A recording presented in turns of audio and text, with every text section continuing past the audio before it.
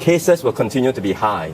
The virus will continue to circulate. That's what living with COVID means. And that's what we are on a journey towards. Health experts in Singapore say part of this new transition to living with COVID will include a mentality shift. They say the messaging surrounding COVID-19 as a dangerous and deadly disease needs to change, that the messaging to the public that COVID-19 is predominantly a mild disease needs to be clear. And it seems the government of Singapore is listening. They are now urging people to not rush off to the hospital when they test positive, but to instead stay home, use self-care, and not to worry. One thing to note is that neither the government of Norway nor Singapore even mention the unvaccinated. They do not place blame on the people who have not chosen to get the vaccines. In Norway, the prime minister urged people, especially minority communities, to get vaccinated, but never demonized them nor blamed them for their latest surge in cases or inability to eradicate the virus. There are no passports or mandates in either country, people living as equals regardless of their medical status. They urge people to get vaccinated, but beyond that, there are no checks or restrictions on those who haven't.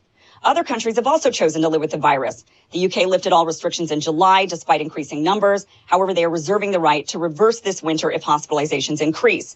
Denmark, Portugal, and Ireland have also announced a lifting of all restrictions, citing high vaccination rates. They know that things might get worse and they may also reverse course. But for now, they are saying as long as hospitalizations remain low, they will continue to just live with the ever-spreading, ever-mutating virus. Thailand is also now living with the virus despite low vaccination rates and increasing cases.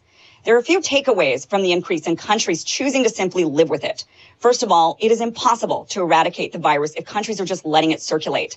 They are not attempting to get rid of it anymore. Singapore is anticipating larger spikes than what they have now, but the reason they are letting it circulate is because they know there is no getting rid of the virus. They've come to terms with that fact and have moved on, focusing on hospitalizations and death rates.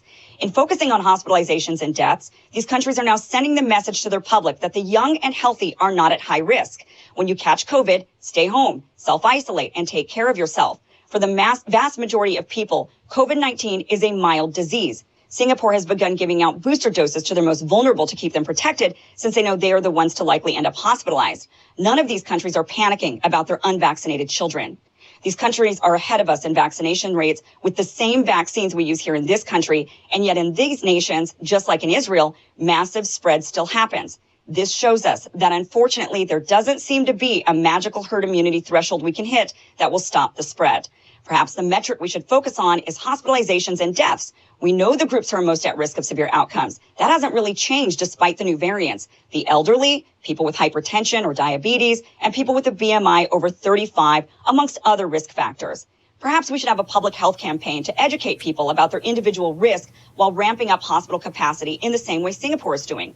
One thing seems certain. With increasing mandates and the constant dehumanizing of the unvaccinated, we are tearing away at the fabric of our free nation while furthering the divide between us. And in the end, the virus will still be here.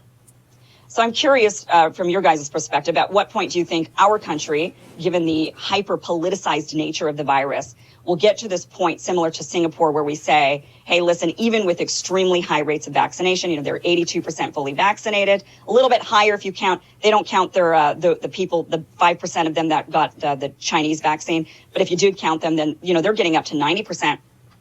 At what point are we going to also get to this point where we say cases are going to be high? We're going to have to live with it.